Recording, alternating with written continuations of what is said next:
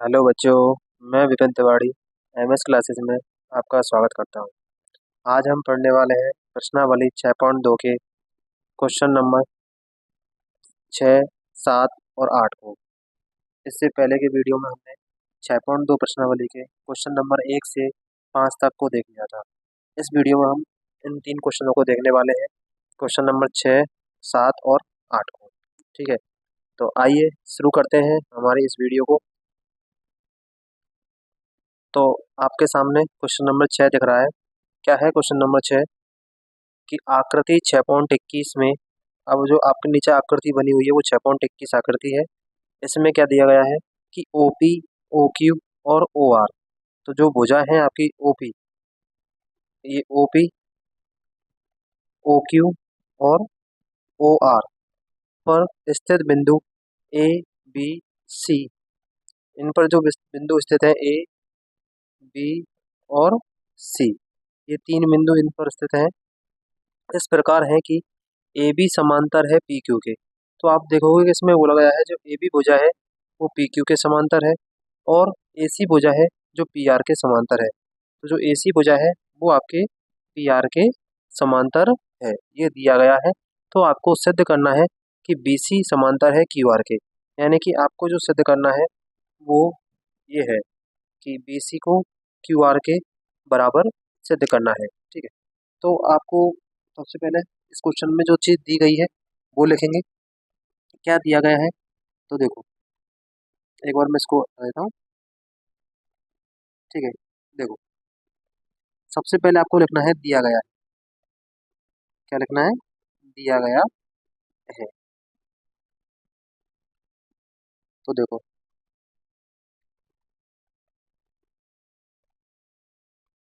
दिया गया है। क्या दिया गया है आपको? कि ए बी समांतर है टी क्यू के, समीकरण नंबर 1, और ए सी समांतर है पी आर के, समीकरण नंबर 2। ये चीज आपको दी गई है। आपको सिद्ध क्या करना है? तो इस क्वेश्चन में हमें सिद्ध करना है। क्या सिद्ध करना है? कि बी सी समांतर है क्यू आर के, ये हमें प्रूफ करना है। ठीक है, तो देखते हैं कैसे सिद्ध करते हैं। ये दो आपको लाइन लिख लेनी है, दिया गया है और सिद्ध करना है। ठीक है, अब इसका प्रमाण देखते हैं, यानी इसका प्रूफ देखते हैं कि प्रमाण क्या आएगा। तो देखो, प्रमाण में सबसे पहले हम बात कर रहे हैं जो चीज़ आपको पहले दी गई थी। क्या दी गई थी? कि ए बी भुजा जो है वो समांतर है पी क्यू के। तो मैं इन त्रिभुज में देखूंगा। देखो, ए बी जो भुजा है और जो पी क्यू भुजा है, ये कौन से वाले त्रिभुज में आ रही है? हमारे ओ पी ओ क्यू में। कौन से त्रिभुज में आ रही है? पी ओ क्यू में। तो हम बात कर रहे हैं पी ओ क्यू त्रिभुज की। किस त्रिभुज की बात कर रहे हैं? पी ओ क्यू की। ठीक है, तो देखो, त्रिभुज पी ओ क्यू में क्या दिया गया था हमारे लिए? हमारे लिए दिया गया था ए बी समांतर है पी क्यू की, ए बी समांतर है पी क्यू के। ठीक है, जब आपको ये दिया गया है तो हम इसमें लगाते हैं थेल्सफिर में। कौन से में लगा रहे हैं? थेल्सफिर में। कल हम देख के आए हैं और पहले इंट्रोडक्शन में भी देखा है कि थेल्सफिर में कब लगाते हैं? जब दो रेखा किसी त्रिभुज की आपको समांतर दी गई है तो थेल्सफिर में लगाते हैं। इसको हम शॉर्ट में बीपीटी भी बोलते हैं। तो हम इसको ऐसे भी लिख सकते हैं बीपीटी से, या फिर में 6.1 से। ठीक है, क्या देखते हैं हम कि अगर दो भुजा आपकी इसमें ए बी और पी क्यू अगर समांतर है, तो इस ओ से ए का रेशियो और ए से पी का, यानी O A upon A P, O A upon A P और O B upon B Q, ये क्या हो जाएगा? समान हो जाएगा, बराबर हो जाएगा। क्या हो जाएगा? देखो, ओ ए अपॉन ए पी, इसी प्रकार O B, O B upon B Q, ये आपका समीकरण नंबर, इसको 1 दे देंगे। ठीक है, इसी प्रकार आपको जो दूसरी चीज दी गई है, क्या दी गई थी आपको, AC समांतर है PR के, यानी कि अब की बार इधर वाला त्रिभुज दिया गया है आपको, क्या AC समांतर है किसके, PR के। तो अब बात कर रहे हैं हम POR में, कौन से त्रिभुज बात कर रहे हैं, POR में, ठीक है। तो त्रिभुज POR में,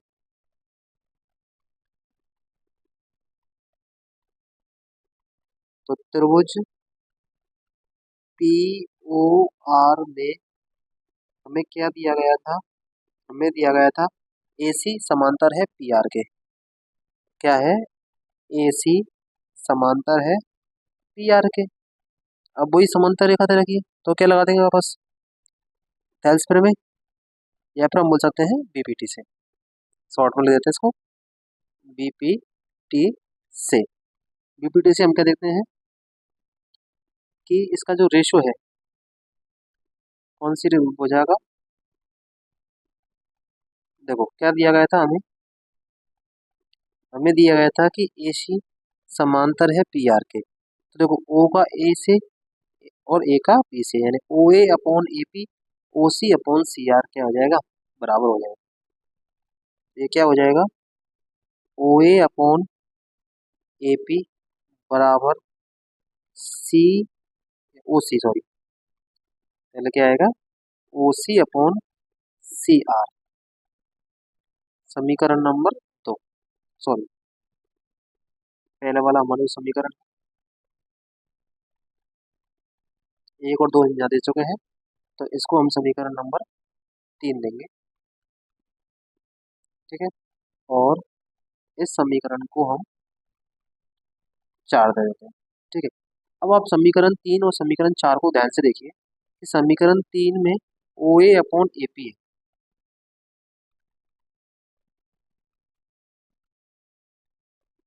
और इधर भी OA अपॉन AP है। इसका मतलब हम ये कह सकते हैं कि इसकी एक साइड OA अपॉन AP और इसमें भी OA अपॉन AP बराबर है। तो समीकरण 3 व 4 से, समीकरण 3 व समीकरण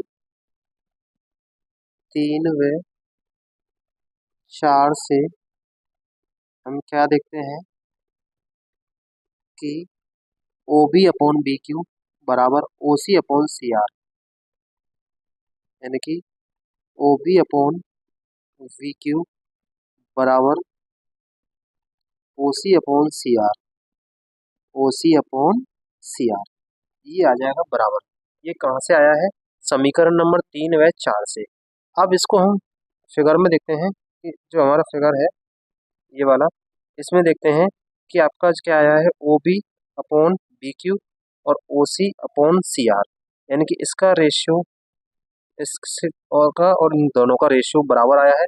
तो हम कह सकते हैं कि BC समांतर हो जाएगी किसके, QR के, किससे, थेल्स के विलोम प्रमेय से।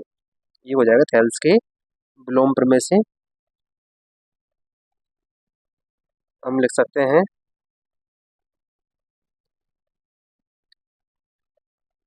थेल्स विलोम प्रमेय से BC समांतर हो जाएगी QR के। जब दो भुजाओं का अनुपात बराबर दे रखा हो तो वे दो रेखा जो खींची गई है वो क्या होती है, आपस में समांतर होती हैं।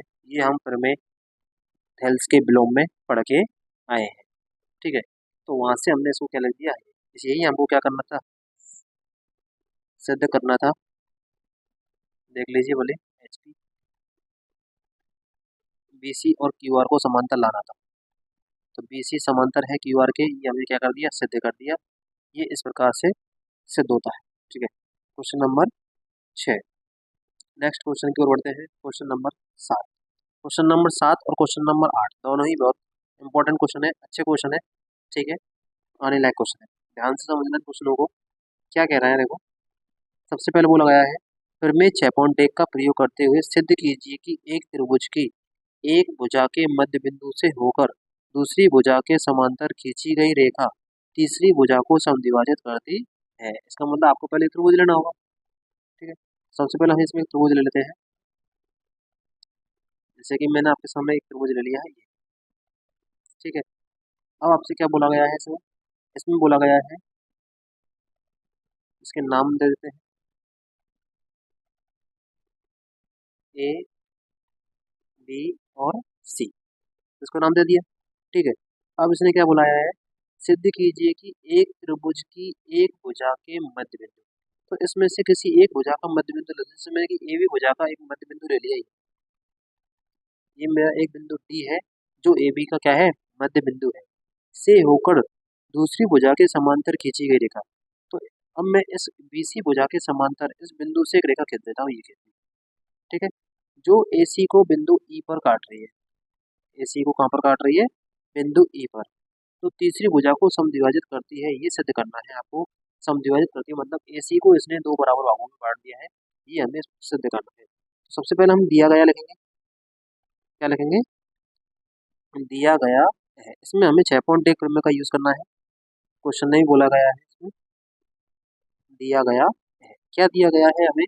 कि जो बिंदु डी है ए बी का मध्य बिंदु है। क्या दिया गया है हमें? कि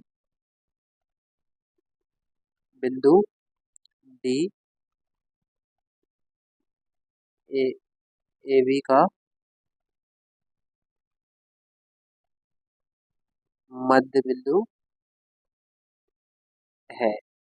अब देखो, जो बिंदु डी है ए बी का मध्य बिंदु होगा, इसका मतलब ए डी की दूरी और डी बी की दूरी बराबर हो जाएगी। इसका मतलब हम लिख सकते हैं कि ए डी बराबर है डी बी के, समीकरण नंबर 1। ठीक है, या तो समझ में आ गया होगा आपको कि जो ए डी भुजा है वो डी बी के बराबर होगी।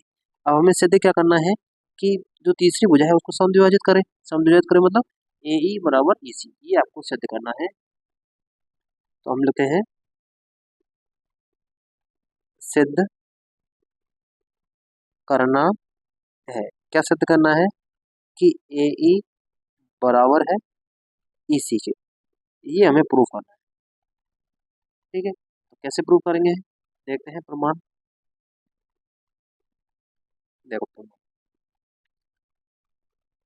तो हमसे बोला गया है क्या? देखो, हमको बताया गया है कि जो बीसी के समांतर हमने एक रेखा खींची है, कौन? डी। अब ये रेखा और ये रेखा दोनों क्या है? आपस में समांतर है। डीई और बीसी समांतर रेखा है। तो हम त्रिभुज किसकी बात कर रहे हैं? ए बी सी में। तो सबसे पहले लिखेंगे बस में त्रिभुज ए बी सी में।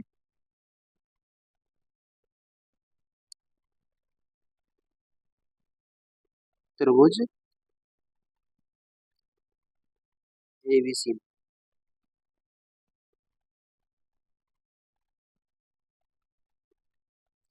त्रिभुज ए बी सी में, ए बी सी में हम क्या देखते हैं कि जो हमारी डीई भुजा है वो बीसी के समांतर है।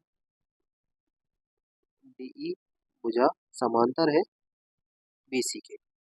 ठीक है, ये हमें दिया गया था, है ना? और आप चाहो तो इस लाइन को वहाँ दिया गया में भी रख सकते हैं कि डीई समांतर है बीसी के। इसमें लिख देना तथा करके, तथा डीई समांतर है बीसी के। ठीक है, ये अभी हमें दिया गया है।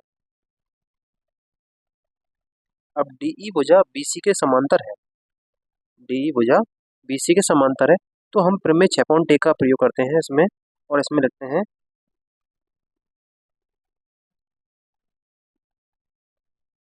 प्रमेय 6.1 से इनका जो अनुपात है वो बराबर हो जाएगा। प्रमेय 6.1 कौन सी प्रमेय? थेल्स प्रमेय।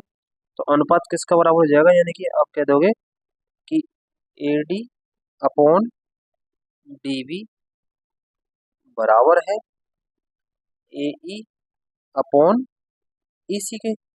ठीक है, अब आपको जो दिया गया था कि AD जो है वो DB के बराबर है, AD DB के बराबर है, यानी हम DB की जगह पर AD रख सकते हैं। ये आपको दिया गया है ना यहाँ पर, ये इसमें DB की जगह हम क्या रख सकते हैं, AD रख सकते हैं। कहाँ पर, यहाँ पर। तो इसमें जैसे रखेंगे तो ये क्या बन जाएगा हमारा, ये बन जाएगा AD अपॉन DB।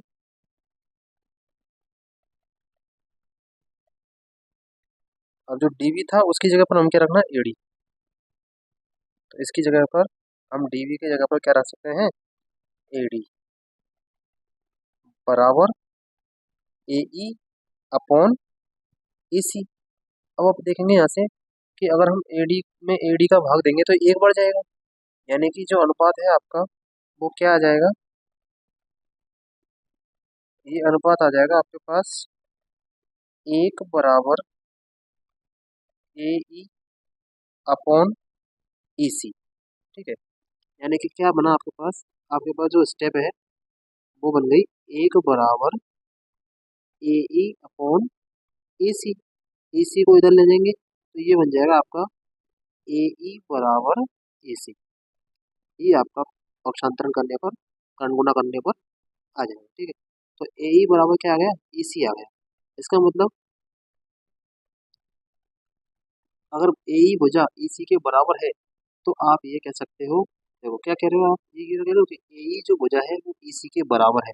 ये बराबर कब होगी, जब जो बिंदु E है वो क्या हो जाएगा आपका AC का मध्य बिंदु हो जाएगा। तो हम इस बात को लिख देंगे, अतः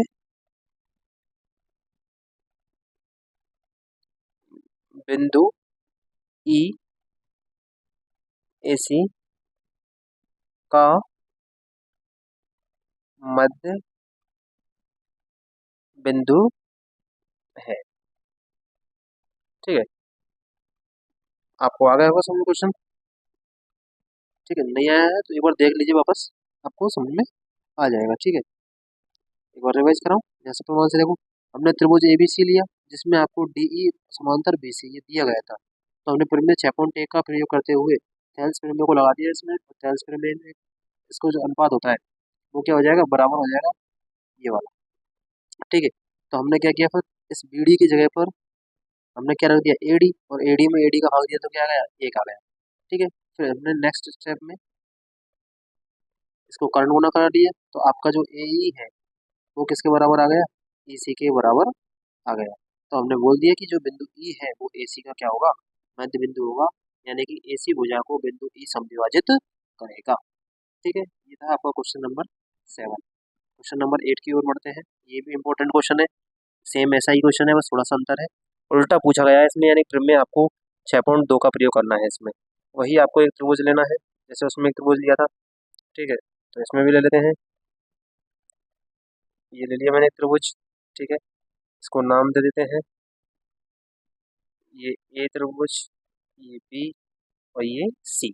अब आपसे क्या बोला गया है, देखो, सिद्ध कीजिए कि एक त्रिभुज की किन्हीं दो भुजाओं के मध्य बिंदु को, अब आपको इस त्रिभुज में दो मध्य बिंदु लेने हैं दो भुजाओं पर।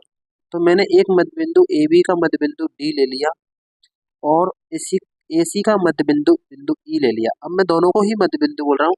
इससे पहले वाले क्वेश्चन में केवल हमने एक भुजा का मध्य बिंदु लिया, या दो भुजाओं के मध्य बिंदुओं को मिलाकर एक हम रेखा खींच रहे हैं। अब आपको ये प्रूव करना है कि तीसरी भुजा के समांतर होनी चाहिए, यानी जो आपने एडी ए सॉरी DE जो रेखा खींची है वो BC के समांतर होनी चाहिए, ये आपको प्रूव करनी है। ठीक है, सबसे पहले हम क्या लिखेंगे, दिया गया है, इसमें भी क्या लिखेंगे, दिया गया है। क्या क्या दिया गया है कि बिंदु D AB का मध्य बिंदु है। इसका मतलब AD जो बराबर आ जाएगी DB के, समीकरण नंबर 1। इसी प्रकार बिंदु E भी मध्य बिंदु है, जो बिंदु E है वो भी मध्य बिंदु है AC का, तो इसके लिए भी लिख देते हैं, तथा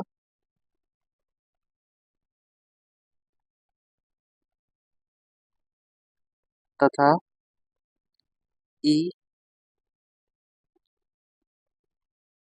AC का AC का मध्य बिंदु है, तो हम लिख सकते हैं कि जो AE है वो बराबर हो जाएगी EC के। समीकरण नंबर 2। ये दोनों बात हमें दी गई है। अब आपको सिद्ध क्या करना है, समांतर रेखा सिद्ध करनी है, तो उस बात को भी लिख देते हैं, सिद्ध करना है। क्या सिद्ध करना है?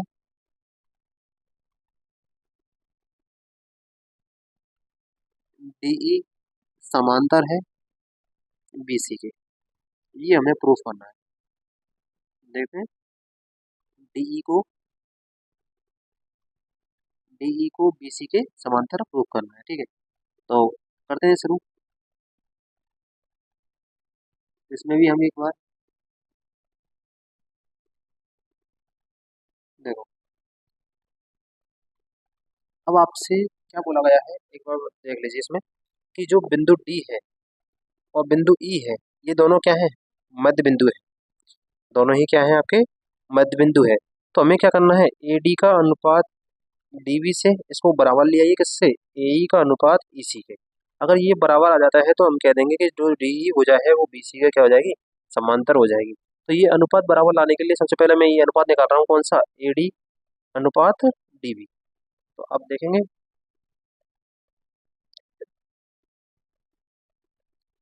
प्रमाण में देखो, प्रमाण में हम निकाल रहे हैं, अनुपात निकाल रहे हैं किसका? AD का अनुपात DB से। लेकिन हम समीकरण 1 में देख के आते हैं कि AD और DB दोनों ही क्या है? बराबर है।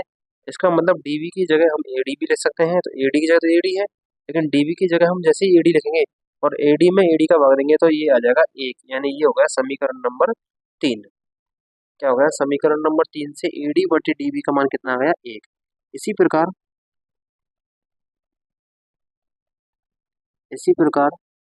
AE बटे EC निकालना है, तो हम जानते हैं समीकरण 2 में कि AE जो है वो EC के बराबर है। AE जो है वो EC के बराबर है, यानी EC की जगह पर हम AE रख सकते हैं। तो AE अपॉन AE, और AE में AE का भाग देंगे तो कितना आएगा? 1। समीकरण नंबर 4। अब आपके सामने समीकरण 4 और 3 को देखिए, तो हम देखते हैं समीकरण 3 व 4 में दोनों के मान क्या आ रहे हैं? समान आ रहे हैं। इसका मतलब हम ये कह सकते हैं कि जो AD बटे DB है वो बराबर होगा AE बटे EC के। और जब ये अनुपात बराबर है तो हम थेल्स के विलोम प्रमेय से, थेल्स विलोम प्रमेय, या फिर हम ले सकते हैं प्रमेय 6.2 से क्या कह सकते हैं कि जो DE है वो समांतर हो जाएगी BC के। ठीक है, हैंड्स प्रूफ, यही आपको क्या करना था? प्रूफ करना था। ठीक है, आई होप आपको क्वेश्चन समझ में आए होंगे।